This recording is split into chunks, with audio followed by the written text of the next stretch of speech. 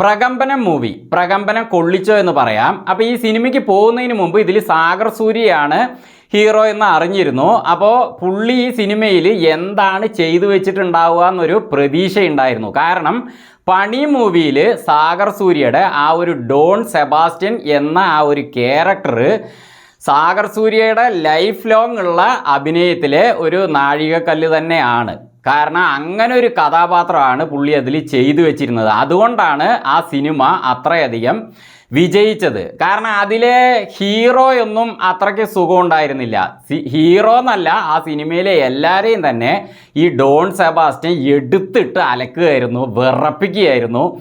അപ്പോൾ അങ്ങനെ ഒരു കിടുകിടാ വിറപ്പിക്കുന്ന ഒരു ഭീകരനായിട്ട് അതിൽ സാഗർ സൂര്യ ഡോൺ സെബാസ്റ്റ്യൻ എന്ന കഥാപാത്രത്തെ ചെയ്തു. അതിൻ്റെ കാരണം ആ സിനിമയുടെ സംവിധായകനായ ജോജു ജോർജ് ഇപ്പോഴത്തെ കാലത്ത് ഉള്ള സിനിമകളിൽ വില്ലന്മാർ തന്നെയാണ് വളരെയധികം മിന്നിക്കുന്നത്. അതുകൊണ്ട് തന്നെ അങ്ങനെ ഒരു കഥാപാത്രത്തെ ഉണ്ടാക്കി വെച്ച് കഴിഞ്ഞാൽ സിനിമ നന്നായിട്ട് ഓടും എന്ന് പ്രതീക്ഷിച്ചിട്ട് തന്നെ പുള്ളി വാർത്തെടുത്ത ഒരു കഥാപാത്രം തന്നെയാണ് ഡോൺ സെബാസ്റ്റ്യൻ. ആ കാര്യത്തിൽ സംവിധായകൻ എന്ന നിലയ്ക്ക് ജോജു ജോർജ് ആ സിനിമയിൽ വിജയം തന്നെയാണ്. ഹീറോ എന്ന നിലയ്ക്ക് അവസാനമൊക്കെ ഒരു കാര്യമൊക്കെ ചെയ്യുന്നുള്ളൂ, അതുവരെയും വെറുപ്പിക്കലായിരുന്നു. ഇതെന്താ പുള്ളി ഒരു മുന്നോട്ട് വരാത്തതെന്ന് കരുതിയിട്ട്. അപ്പോൾ അത്രയ്ക്കൊരു വലിയൊരു കഥാപാത്രത്തെ ചെയ്ത സാഗർ സൂര്യ ഈ സിനിമയിൽ ഇതൊരു കോമഡി ഹൊറർ മൂവിയാണെന്ന് അറിഞ്ഞിട്ട് തന്നെയാണ് പോയത്. അപ്പോൾ ഈ ഒരു തലത്തിൽ പുള്ളി എന്ത് ചെയ്തു വെച്ചിട്ടുണ്ടാവും എന്ന് കരുതി തന്നെയാണ് സിനിമയ്ക്ക് പോയത്.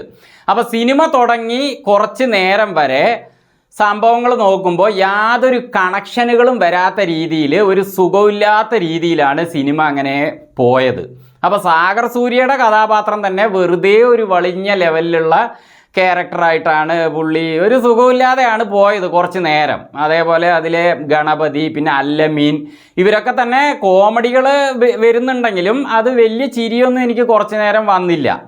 ഇത് എന്താണ് ഇങ്ങനെ പോകുന്നതെന്ന് തോന്നി. പെട്ടെന്ന് തന്നെ ആ കുറച്ച് സമയം ഞാൻ പറഞ്ഞല്ലോ, അതിന് ശേഷം ഇതിൽ തുടക്കത്തിൽ തന്നെ ഒരു ഇലക്ഷൻ്റെ കാര്യമൊക്കെ പറയുന്നുണ്ട്. ഇലക്ഷൻ ഭയങ്കര വീര്യമുള്ളതാണ് എന്നൊന്നും തുടക്കത്തിൽ തന്നെ ഇവർ കാണിക്കാതെ ഇലക്ഷന് പ്രാധാന്യം പറയുകയാണ്. അപ്പോൾ അതൊന്നും ഒരു ഫീൽ ചെയ്യിപ്പിക്കുന്നില്ല, ഒരു കണക്ഷൻ ഇല്ലാത്ത പോലെയായിരുന്നു. അതുകൊണ്ട് തന്നെ ഇത് എവിടെ എത്തും ഈ സിനിമ എന്ന് കരുതി തന്നെ ഇങ്ങനെ നോക്കിയിരുന്നു. പെട്ടെന്ന് തന്നെ ഒരു മൂക്കുപൊടി സംഭവമൊക്കെ സിനിമയിൽ വരാൻ തുടങ്ങി. അതെന്താണെന്ന് സിനിമ കണ്ട് നിങ്ങൾക്ക് മനസ്സിലാകാം. അവിടുന്ന് അങ്ങോട്ട് സിനിമയിൽ നല്ല മാറ്റം വരികയാണ്. സാഗർ സൂര്യ അത്ര നേരം പുള്ളി എന്തായിരുന്നോ അതിൽ നിന്നൊക്കെ മാറി പുള്ളി വേറൊരു തലത്തിലേക്ക് വരികയാണ്. അങ്ങനെ ഒരു കഥാപാത്രമായിട്ട് പുള്ളി ആവുകയാണ്. അപ്പോൾ അവിടുന്ന് അങ്ങോട്ട് പുള്ളിയുടെ ഭാവങ്ങൾ, അതേപോലെ പുള്ളി ബാത്റൂമിൽ നിന്ന് ആ മുണ്ടൊക്കെ കെട്ടിയിട്ട് കയ്യിത ഇങ്ങനെ വെച്ചുകൊണ്ട് പുള്ളി നടന്നു വരുന്നതൊക്കെ പുള്ളിയുടെ ആ ബോഡി ലാംഗ്വേജ് ശരിക്കും ഈ സിനിമയിൽ എന്ത് കഥാപാത്രമാണോ കൊടുത്തിരിക്കുന്നത് അതിന് സൂട്ടായി. ഇപ്പോൾ ഞാൻ പറഞ്ഞില്ലേ, പണി മൂവിയിൽ സാഗർ സൂര്യയുടെ ആ ഒരു ബോഡി ലാംഗ്വേജ് തന്നെ പുള്ളി ഒരു ഭീകരനാണെന്ന് തോന്നിപ്പിക്കത്തക്ക രീതിയിലായിരുന്നു. ഒരു ചെറിയ പയ്യൻ എന്ന നിലയ്ക്ക് നിന്നുകൊണ്ട് തന്നെ പുള്ളി അതിൽ വല്ലാതെ അങ്ങോട്ട് ഒരു വില്ലനിസം കാണിച്ച സിനിമ തന്നെയാണ് പണി. അപ്പോൾ അതേപോലെ ആ ബോഡി ലാംഗ്വേജ് ഈ സിനിമയിൽ നമുക്ക് അതിലൊരു ഭീകരനെ പോലെയാണ് തോന്നിച്ചതെങ്കിൽ ഇതിലെങ്ങനെയായിരിക്കും ചോദിച്ചാൽ അതേ ബോഡി ലാംഗ്വേജ് തന്നെ പുള്ളിക്ക് കോമഡിയും അതേപോലെ സീരിയസ് ആയ വേറെ കാര്യവും സൂട്ടാകുമെന്ന് പുള്ളി അഭിനയിച്ച് തെളിയിച്ചിരിക്കുക തന്നെ കേട്ടോ.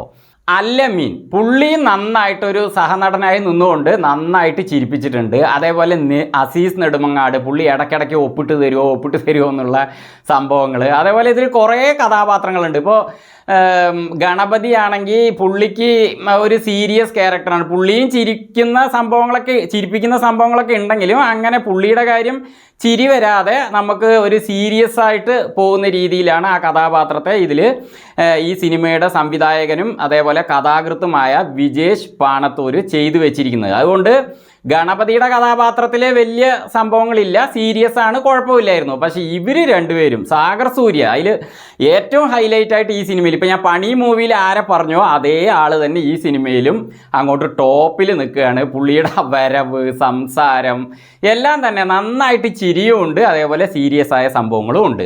പിന്നെ രാജേഷ് മാധവൻ പുള്ളിക്കും ഇതിലൊരു വേറിട്ട കഥാപാത്രമാണ്. പുള്ളിയും കുറേ ചിരിപ്പിക്കുന്നുമുണ്ട്, അതേപോലെ സീരിയസ് ആയ കാര്യങ്ങളും ഉണ്ട്. എന്തായാലും ഫാമിലി ആയിട്ട് പോയി കണ്ടിരിക്കാൻ പറ്റിയ മൂവി തന്നെയാണ് പ്രകമ്പനം.